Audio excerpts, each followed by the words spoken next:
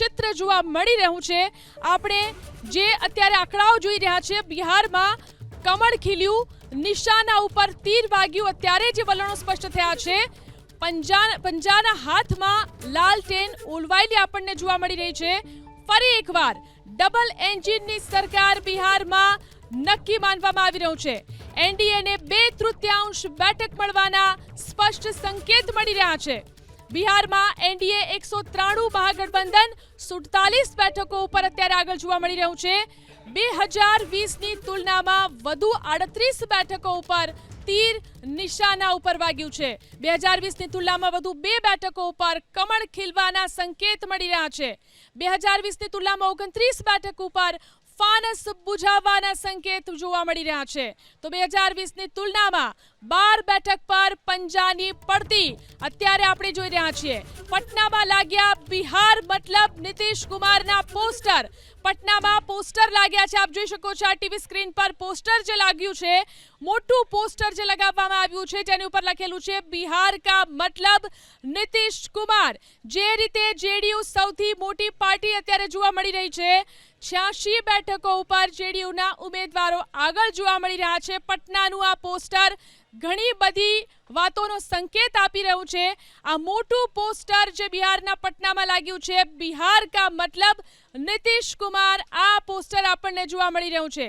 JDU જે રીતે અત્યાર સુધીમાં સૌથી મોટી પાર્ટી બનીને ઉભરી રહી છે, 86 બેઠકો ઉપર જેડીયુના ઉમેદવારો આગળ ચાલી રહ્યા છે, ભાજપના ઉમેદવારો 81 બેઠકો ઉપર આગળ છે। આરજેડી અત્યારે 35 બેઠકો ઉપર આગળ જોવા મળી રહ્યું છે। મહાગઠબંધનની સીટો આપણને સતત ઘટતી જોવા મળી રહી છે। આજે વલણ અત્યારે જોઈ રહ્યા છે આપણે, 47 બેઠકો અત્યારે આપણને જોવા મળી રહી છે। જે અત્યારે આપણે પટનામાં પોસ્ટર જોઈ રહ્યા છીએ કે બિહાર કા મતલબ નીતિશ કુમાર, શું કહેશો? ચોક્કસથી બિહારમાં આપણે જે પ્રમાણે સ્ક્રીન પર આંકડા જોઈ રહ્યા છે, દેખાય છે કે બિહારની જનતાએ એનડીએનું વિકાસનું મોડેલ પસંદ કર્યું છે, નહીં કે જંગલ રાજ। અને ચોક્કસથી ડબલ એન્જિનની સરકાર ફરી એકવાર આવવાની છે, જ્યાં કેન્દ્રમાં મોદીજીનું નેતૃત્વ અને બિહારમાં નીતિશજીની જે સ્વચ્છ છબી અને પ્રામાણિકતાથી આટલા વર્ષ જે બિહારના વિકાસમાં એમણે કાર્ય કર્યું છે, એ લોકોએ પસંદ કર્યું છે। મહિલાઓ, યુવાનો, ન્યૂ વોટર્સનો સ્પષ્ટ મેન્ડેટ એ એનડીએ તરફ જોવા મળે છે, કારણ કે તેમને ભવિષ્ય એ એનડીએમાં જ દેખાય છે, પોતાનો વિકાસ। અને એનડીએ પહેલાં પણ જે કામ કર્યું છે, ઇન્ફ્રાસ્ટ્રક્ચર ડેવલપમેન્ટ હોય, ઇકોનોમિકલ ગ્રોથ હોય, ઔદ્યોગિક ક્ષેત્રમાં હોય, રોડ, રસ્તા, પાણી, વીજળી, દરેક ક્ષેત્રમાં જે કામ કર્યું છે, એના ઉપર જ લોકોએ વિશ્વાસ મૂક્યો છે। એટલે ફરી એકવાર ડબલ એન્જિનની સરકાર આવવા જઈ રહી છે, જે લોકોએ પસંદ કર્યું છે વિકાસનું મોડેલ, નહીં કે જંગલ રાજ। बिल्कुल विकासનું मॉडल, परंतु जो पोस्टर अभी हमने देखा, बिहार का मतलब नीतीश कुमार, इसको लेके आप क्या कहेंगे? एक्चुअली नीतीश कुमार जी ने पहले 1-2 बार जब महागठबंधन की साइड में चले गए थे आरजेडी के साथ, उसके बाद उन्होंने कई बार ये अनाउंस किया कि अब हम भाजपा को छोड़ के, मोदी सरकार को छोड़ के कहीं नहीं जाएंगे। उसके बाद से जनता में उनकी लोकप्रियता और भी बढ़ी है, और इसी को सिद्ध करते हुए जनता ने इतनी मैंडेट दी है कि ये डबल इंजन की सरकार जो है वही केवल बिहार में प्रगति और विकास कर सकती है। और इसी के लिए ये हमको वही परिणाम भी दिखते जा रहे हैं। इसलिए वहाँ पे बिहार में जंगल राज के केवल अल्टरनेट नीतीश कुमार को ही देखा जा रहा है। इसीलिए यह पोस्टर लगा है कि बिहार मतलब नीतीश कुमार। તમે શું કહેશો, જે રીતનું પોસ્ટર છે, શું ફરી એકવાર નીતિશ કુમાર સીએમ બનશે? એ અત્યારે તો જે રુઝાન છે એ પ્રમાણે તો ફાઇનલ થઈ ગયું છે કે હવે ફરીવાર એ બને જ છે। પણ આમાં 2 વસ્તુ છે કે 2020માં જે ગઠબંધન હતા, એવા આ વખતે જેડીયુ અને એલજેપીને ગઠબંધન, ભાજપ સાથેનું ગઠબંધન, એનડીએનું ગઠબંધન ફળ્યું છે। સૌથી વધુ ફાયદો એમને થયો છે, ભાજપને પણ થયો છે, અને સામે એનું નુકસાન આરજેડીને થયું છે। આરજેડી ગઈ 2020માં સૌથી લાર્જેસ્ટ પાર્ટી હતી, જે આ વખતે એ નીચે આવી ગઈ છે। બીજી વાત એ છે કે બિહારની રાજનીતિ છે એ આખી તાસીર એની બીજા રાજ્યો કરતાં અલગ છે। અનેક જ્ઞાતિ જાતિમાં વહેંચાયેલા બિહારના લોકો પોતાના જાતિ આધારિત જ મતદાન મોટે ભાગે થતું હોય છે। એને પછી સામે કોણ પાર્ટી છે, કોણ ઉમેદવાર છે, નથી જોતા, પોતાની જ્ઞાતિના તરફી મતદાન કરવું હા, અને જે સ્થિતિ છે એને ધ્યાનમાં રાખીને ખાસ કરીને અમિતભાઈ શાહ એ મારા માસ્ટર છે, એણે બહુ જ્ઞાતિ જાતિના સમીકરણોને ધ્યાનમાં રાખીને ઉમેદવારોની પસંદગીથી લઈને બધા આયોજનો એ રીતે કર્યા છે જેને કારણે મેક્સિમમ ફાયદો લઈ શકાય. યાદવોના મતો તૂટ્યા એવું ચોખ્ખું દેખાય છે. આરજેડીની જે અત્યારે 35 બેઠકો બતાવે છે, યાદવો 90% વધુ આરજેડી સાથે હતા. એ અત્યારે આમાં એમાં થોડુંક તૂટ આવ્યું એવું લાગે છે કે યાદવોમાં ભાજપે શેર લીધો હોય એનડીએ એને કારણે છે. ત્રીજું પરિબળ જે એ પ્રશાંત કિશોર છે. પ્રશાંત કિશોર જેટલા મજબૂત થયા એટલો ભાજપને ફાયદો થયો છે અને મહાગઠબંધનને નુકસાન થયું છે. કારણ કે સત્તા વિરોધી મતો છે એ મહાગઠબંધનમાં જવાને બદલે એને પોતે રોક્યા. એને કારણે પ્રશાંત કિશોરને કારણે પણ એનડીએને ફાયદો થયો છે. એને કારણે ફરી કલ્પનાથી બહાર પણ ભાજપને અને એનડીએને સત્તા મળી રહી છે. જી બિલકુલ, એટલે ભાજપ પણ મોટી પાર્ટી છે અને પરિણામોમાં તેને પણ ફાયદો થતો આપણે જોઈ રહ્યા છીએ. સીએમના ચહેરાની જો વાત કરવામાં આવે તો કોણ સીએમનો ચહેરો હોઈ શકે છે અત્યારની સ્થિતિ પ્રમાણે? ચોક્કસપણે આમાં એમ ચોક્કસ કહી શકાય કે જે જાતની આ લોકોએ એક મિનિટ આપને રોકવા માંગીશ. બિહારમાં એનડીએની બેવડી સદી, અત્યારે જે ચિત્ર જોવા મળી રહ્યું છે બિહારમાં એનડીએની બેવડી સદી, 200નો આંકડો આપણને અત્યારે જોવા મળી રહ્યો છે. 243 પૈકી 200 બેઠકો ઉપર અત્યારે એનડીએના ઉમેદવારો આગળ છે. 243 પૈકી માત્ર 40 બેઠક પર મહાગઠબંધન અત્યારે આગળ જોવા મળી રહ્યું છે. એટલે કે મહાગઠબંધનની સીટો ઘટી રહી છે જ્યારે કે એનડીએની સીટો અત્યારે આપણને વધતી જોવા મળી રહી છે અને 200નો આંકડો જે છે તે અત્યારે આપણને જોવા મળી રહ્યો છે.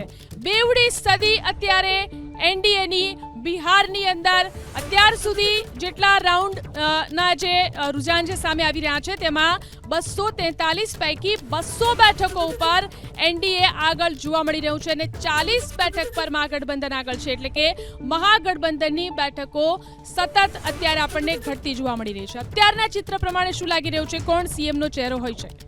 આમાં જોઈએ તો ચોક્કસપણે આમાં ઘણા બધા પરિણામો ચેન્જ થઈ શકે એમ છે. બીજેપીને જેડીયુ તરીકે જે રીતે છે, અલબત્ત આ લોકોની જે લીડરશિપ છે એમાં તો અત્યારના જે રુઝાન પ્રમાણે અને જે રીતે નીતિ પ્રમાણે નક્કી કરેલું છે કે નીતિશ કુમારને જ બનાવવા, પરંતુ જ્યારે એ લોકોની વિધાનસભાની સભ્યોની બેઠકો મળશે અને ત્યારે જે સ્ટ્રેટેજી ઘડાશે ત્યારે જ એ લોકો સીએમના ચહેરા તરીકે કોઈ પણ સારી એવી વ્યક્તિને એ લોકો ચૂંટશે એવું પણ લાગે છે. અથવા નીતિશ કુમાર પોતે પણ ખસી જાય એવી સંભાવનાઓ પણ રહી છે. અને બીજી વસ્તુ એક જોવાની કે આમાં જે ગયા વખતના જે રુઝાનો હતો ને ગયા વખતે જે આરજેડીની પાર્ટી સૌથી મોટી ઉભરી આવી હતી કે જેને 75 સીટ મળ્યા હતા 2020માં, આજ એ શરૂઆતના રુઝાનમાં ખૂબ જ આગળ હતી અને અત્યારના જે રુઝાનોમાં આવે છે એ 30ની નીચે આવી ગઈ છે. એટલે કલ્પના બહારનું આ પરિણામ છે. અને એ રીતે જોઈએ તો આપણે કહી શકીએ કે કોંગ્રેસ અને આરજેડીનું જે ગઠબંધન છે, મહાગઠબંધન જે છે એના સુપડા સાફ થઈ ગયા છે. અને બીજી વસ્તુ એક કે આમાં રેકોર્ડ બ્રેક વોટિંગ થયું છે, જેમાં કોંગ્રેસે વોટ ચોરીનો આક્ષેપ મૂક્યો હતો છતાં પણ લોકોએ વિશ્વાસ કર્યો છે ઇલેક્શન કમિશન ઉપર, ચીફ ઇલેક્શન કમિશન ઉપર, કે જે લોકોએ ટ્રાન્સપરન્સી જાળવી રાખી છે અને વોટ કરવા માટેના જે છે, હમણાં જ આપના સભ્યોએ 4-5 દિવસ પહેલાં જ આક્ષેપ કર્યો હતો કે મશીનો, ઈવીએમ મશીન જે લઈને જાય છે ટ્રક, એ ચોરાઈ ગયો છે અને એમાં મોટે પાયે ઉથલપાથલ થવાનું છે. ત્યારે ડિસ્ટ્રિક્ટ મેજિસ્ટ્રેટ ત્યાંના હતા, તરત જ એ ટ્રકને રોકાવ્યો હતો અને ટ્રકને ખોલીને જોયું હતું, બધા જ ઈવીએમ મશીન ખાલી હતા. એટલે કે એનો પાયાવિહોણો આક્ષેપ હતો અને એમાં કોઈ જાતની ગડબડ થઈ નથી એવું એ લોકોએ પુરવાર કર્યું છે. એટલે કે જે રીતનું વોટિંગ થયું છે એમાં મેક્ઝિમમ મહિલાઓએ વોટિંગ કર્યું છે જે એનડીએ તરફ ગયું છે. અને બીજું એલજેપી પણ ફેક્ટર અહીંયા બહુ સારો એવો ભાગ ભજવી ગયો છે કે જે વોટ શેરિંગ થવા જોઈએ એ આરજેડી માટે નુકસાનપૂર્વક થયા છે. અને આ રીતે આરજેડીનું જે વર્ચસ્વ હતું એ અત્યારે જોઈએ તો ઘણું બધું નીચે આવી ગયું છે. મહાગઠબંધન અને આરજેડીના સુપડા સાફ થતા અત્યારે તો આપણને જોવા મળી રહ્યા છે. હવે શું લાગે છે આ સ્થિતિ પ્રમાણે? ના, જે પ્રમાણેનો ટ્રેન્ડ અત્યારે જોવા મળી રહ્યો છે કે સદંતર મહાગઠબંધનની સીટો ડાઉન જઈ રહી છે. આ ખૂબ જ ભયાનક રિઝલ્ટ એટલા માટે કહી શકાય કે તમે જેડીયુ અને બીજેપી જુઓ તો 101માંથી 83 અને 89 એટલે લગભગ 85% ઉપર એ લોકો સીટો લઈ જતા હોય, એટલે આ બાબત વિચારવા લાયક છે. જે રીતે બિહારમાં શરૂઆતમાં જ ચૂંટણીની પહેલાં જ ઇલેક્શન કમિશન ઓફ ઇન્ડિયા SIRના નામે 65 લાખ મતદારોનું ડિલીશન કર્યું. એક પણ નવા મતદારનું એડિશન નથી થયું. સુપ્રીમ કોર્ટ ઓફ ઇન્ડિયાએ જ્યારે આનું સંજ્ઞાન લીધું અને ECને લપડાક મારી કે તમારે આ 65 લાખ મતદારોની યાદી પબ્લિક કરવી પડશે, તેમ છતાં ના થઈ. એટલે આ સંદેહના દાયરામાં બિલકુલ આવે છે. અને રાહુલજીએ બિહારના બીજા જે સ્લોટનું ચૂંટણી હતું, મતદાન હતું, એની પહેલાં જ જ્યારે હરિયાણાનું આખું વોટ ચોરીનો મામલો પ્રૂફ સાથે દેશની મીડિયાને બતાવ્યો હતો, એના પછી પણ રાહુલજી એ વખતે પણ શંકા વ્યક્ત કરી હતી કે સિસ્ટમેટિક બિહારમાં પણ વોટ ચોરીની ઘટના બની શકે છે. એટલે આ જે રિઝલ્ટ છે એ ગળે એટલા માટે નથી ઉતરતું કે બિહારમાં મુદ્દાઓ હતા. બિહારમાં 2.9 કરોડ લોકોએ ત્યાંથી વિસ્થાપન કર્યું, અલગ અલગ રાજ્યોમાં ગયા, ગુજરાત, મહારાષ્ટ્ર, આ બાજુ જમ્મુ કાશ્મીરમાં ગયા છે નોકરી કરવા અને મજૂરી કરવા માટે. બિહારમાં તમે જુઓ કે મહિલાઓની વાત હોય કે ક્રાઇમ રેટની વાત હોય, છેલ્લા 20 વર્ષમાં 80.2% ક્રાઇમ રેટ બિહારમાં વધી જતો હોય, જંગલ રાજની પરિસ્થિતિ, 29 પુલો તૂટી જતા હોય, તો બિહારમાં સબ સલામત છે એવું તો હતું નહીં. ના, પણ તો પછી અત્યારે આપણે કેમ આ પ્રકારના પરિણામો જોઈ રહ્યા છે? અત્યારના જે પરિણામો છે, શું લાગી રહ્યું છે જે રીતે મહાગઠબંધનના સુપડા સાફ થતા આપણે જોઈ રહ્યા છીએ? ચોક્કસથી આપણે સ્ક્રીન પર જોઈએ જ છે કે બધી પાર્ટીઓને મહાગઠબંધનના સુપડા સાફ થઈ રહ્યા છે. અને હવે તમને ધીરે ધીરે બધું જ તમને વિપક્ષથી EVMની વાત સંભળાશે, SIRની વાત થશે, બધા ઠીકરા ફોડવાની વાત હવે ધીરે ધીરે જેમ જેમ પરિણામ સ્પષ્ટ થશે તમને જોવા મળશે. કારણ કે એ લોકો ક્યારેય સ્વીકારી જ નથી શકતા પોતાની હાર ઉપર કોઈ પ્રકારનું ચિંતન કે કોઈ પ્રકારનો વિચાર કરીને જનતા સામે કોઈ પણ પ્રકારનો રોડ મેપ લઈને જતા જ નથી. ને માત્ર જે તુષ્ટિકરણની રાજનીતિ, જાતિ, ધર્મ, ભેદભાવના નામ પર થતી આપને જણાવવા માંગીશ, તેજસ્વી યાદવ 1200 મતથી પાછળ જોવા મળી રહ્યા છે. તેજસ્વી યાદવ 1200 મતથી અત્યારે આપણને પાછળ જોવા મળી રહ્યા છે.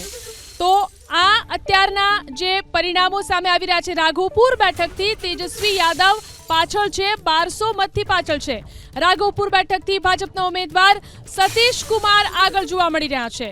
તેજસ્વી યાદવ 1200 મતથી પાછળ છે.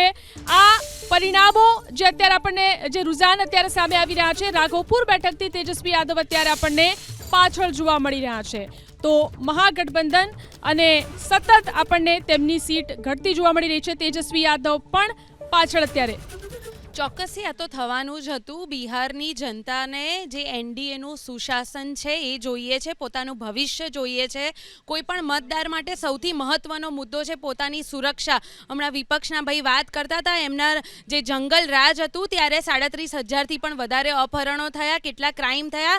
જનતા, બિહારની જનતા ખૂબ સારી રીતે જાણે છે અને એ જનતાને એક સુરક્ષા, એક સ્થિરતા ભરેલી વિકાસની જે મોડેલ હોય એ જોઈએ છે, નહીં કે જંગલ રાજની. એ જ માત્ર કારણ છે કે આજે આપણે સ્ક્રીન ઉપર જોઈ શકીએ છીએ સ્પષ્ટપણે બિહારની જનતાએ મેન્ડેટ આપ્યો છે કે ડબલ એન્જિનની સરકારે બિહારમાં જોઈએ છે. આપણે સ્ક્રીન ઉપર સ્પષ્ટપણે જોઈએ. જી બિલકુલ, તેજસ્વી યાદવ પાછળ ચાલી રહ્યા છે. એક લોકપ્રિય નેતા કહેવામાં આવે છે, ઘણા બધા ચૂંટણી વાયદાઓ પણ કર્યા, અત્યારે પાછળ જોવા મળી રહ્યા છે. શું કહેશો? ના, બિલકુલ મને એવું લાગે છે કે આ બહુ શોકિંગ ન્યૂઝ છે ઇવન મારા માટે પણ કે તેજસ્વી યાદવ પાછળ હોય. કારણ કે એક યુવા ચહેરો છે.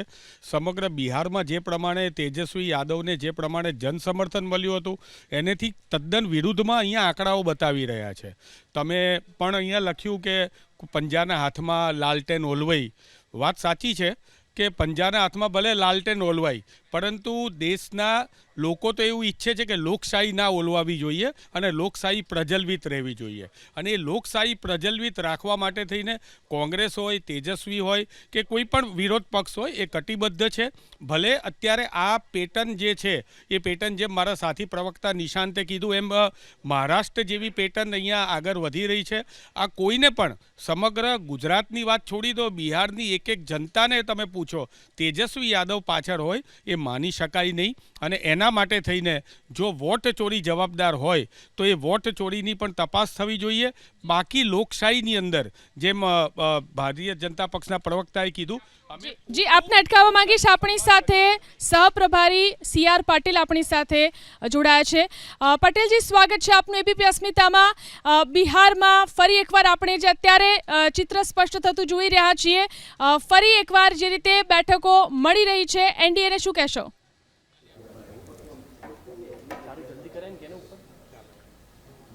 જે છેલ્લા રુઝાન પ્રમાણે લગભગ 194 સીટ ઉપર એનડીએ આગળ ચાલી રહી છે. અકલ્પનીય રિઝલ્ટ બિહારના મતદાતા ભાઈ બહેનોએ આપ્યું છે. એમના માટે એમનો આભાર અને એમને અભિનંદન. માનનીય પ્રધાનમંત્રી શ્રી નરેન્દ્ર મોદી સાહેબનો આખા દેશમાં જે રીતે એમણે દેશને આગળ લઈ જવાનો પ્રયત્ન કર્યો, જે રીતે વિકાસના માર્ગે દેશને આગળ વધાર્યો, એ જ રીતે એમણે બિહારની અંદર પણ મુખ્યમંત્રી શ્રી નીતિશ કુમારની સાથે એનડીએની સરકારમાં, ગઠબંધનની આ સરકારમાં ડબલ એન્જિનની સરકાર તરીકે જે સપોર્ટ કર્યો અને જે વિકાસ કર્યો, પટનામાં મેટ્રો આવી એ ઐતિહાસિક બાબત છે.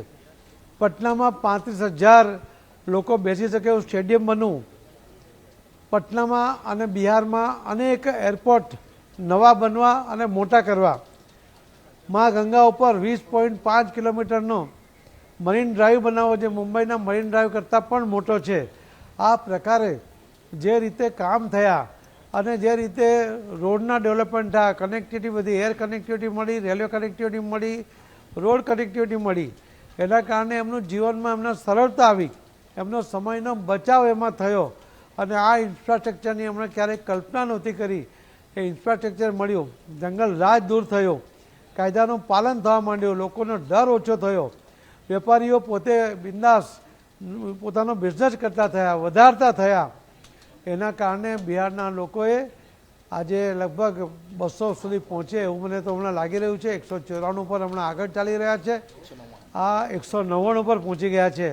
એ બતાવે છે કે બિહારના લોકોએ માનનીય પ્રધાનમંત્રી નરેન્દ્ર મોદી સાહેબમાં, શ્રી નીતિશ કુમારજીમાં, શ્રી અમિતભાઈ શાહ સાહેબની જે પ્લાનિંગ હતી એમાં જે રીતે એમણે વિશ્વાસ ઊભો કર્યો, વિશ્વાસ કરીને જે મતદાન કર્યું છે એ એમને ધન્યતાને પાત્ર છે. ખૂબ ખૂબ અભિનંદન છે એમને. જી આભાર પાટીલજી અમારી સાથે જોડાઈને વાત કરવા માટે. તો વિકાસના કામોને તેમને આ પરિણામો માટે જવાબદાર ગણાવ્યા છે. શું કહેશો? જંગલ રાજની હાર થઈ છે તેવું કહી રહ્યા છે પાટીલ. બિલકુલ સાચી વાત કરી છે કે જંગલ રાજ જ્યારે લાલુ પ્રસાદ યાદવનું શાસન હતું અને અમારા બહેને જે પ્રમાણે કીધું એ પ્રમાણે અપહરણ એક ઓર્ગેનાઇઝડ બિઝનેસ હતો અને જે રીતે લોકો ત્યાંથી ત્રસ્ત થઈને પલાયન કર્યું છે લોકોએ જોયું છે. બીજું કે મને ક્યારની નવાઈ લાગતી હતી કે કોંગ્રેસના મારા બંને મિત્રો કેમ હજુ સુધી ઈવીએમ ઉપર આવ્યા નહીં, કેમ હજુ સુધી વોટ ચોરી પર આવ્યા નહીં. કેમ કે એમણે તો સ્ક્રિપ્ટ આપેલી જ હતી કે જેવા આપણે હારીએ એટલે આ બે મુદ્દા ઉપર આપણે બોલવાનું છે. અને હવે મને નવાઈ ઓછી લાગશે કેમ કે બંને મિત્રોએ એ વાત ઉપર પોતાની વાત શરૂ કરી દીધી છે. મેં કીધું એ પ્રમાણે કોંગ્રેસ માત્ર 5 બેઠકો જીતી રહી છે. પોતે આત્મમંથન ને આત્મચિંતન કર્યા વગર માત્ર ને માત્ર આક્ષેપ લગાડી છે. એમનાથી એ નથી સ્વીકારાતું કે અમે 100 બેઠકો ઉપર લડ્યા, એમાંથી તમે જોઈ શકો છો કે 85 બેઠકો અમે જીતી રહ્યા છીએ. તેજસ્વી યાદવ ત્યાંના મુખ્યમંત્રીના ચહેરા તરીકે 1200 મતથી પાછળ ચાલી રહ્યા છે.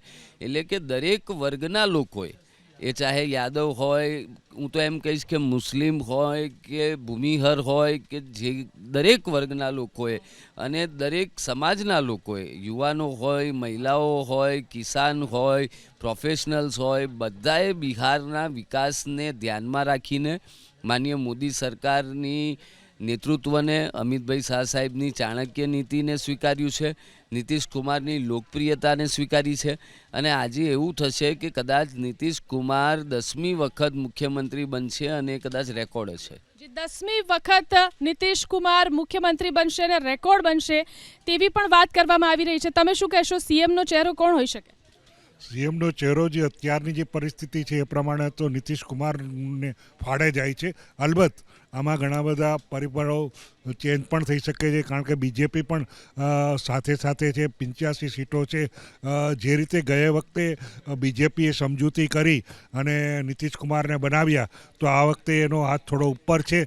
તો બીજેપી પણ કદાચ જેડીયુને બનાવે, કદાચ નીતિશ કુમાર પોતે પણ માની જાય અને એ ચીફ મિનિસ્ટરના ઉમેદવાર તરીકે ખસી જાય અને અમે એમએલસીના ઉમેદવાર છે એટલે એ પોતે સક્રિય ચોક્કસપણે રહે. ઉંમર પણ એનો મહત્ત્વનો ભાગ ભરે છે. ચીફ 74 વર્ષના છે, એની તબિયત પણ ના તંદુરસ્ત ને એવી રહે છે, પણ લોકો જે સ્થાનીય લોકો હતા એને માન આપીને ભારતીય જનતા પાર્ટી એનું નામને ચીફ મિનિસ્ટર તરીકે રાખેલું હતું. અને હવે જે કંઈ પરિણામો આવ્યા છે અને પરિમાણ જે જોવા મળશે એ પરિમાણમાં જે ખરેખર ફેરફાર થશે એ બેઠક પર કહી શકશે. ફાઇનલ રિઝલ્ટ આવશે ત્યારે. અત્યારે જે જાતનો ટ્રેન્ડ છે એ જાતનું તો ચોક્કસપણે બહુ ઉથલ પાથલ થઈ શકતું નથી, કારણ કે આમાં જે તેજસ્વી કુમાર કે જે ચીફ મિનિસ્ટરનો ચહેરો હતો એ પાછળ જઈ રહ્યો છે, તો આમાં જે એક્ઝિટ પોલ હતા એ પણ ખોટા પડી રહ્યા છે એવું મને લાગે છે. જી બિલકુલ, આપને અટકાવવા માંગીશ. આ ચર્ચા આગળ પણ કરીશું અને તમામ પરિણામો આપના સુધી સતત પહોંચાડતા રહીશું.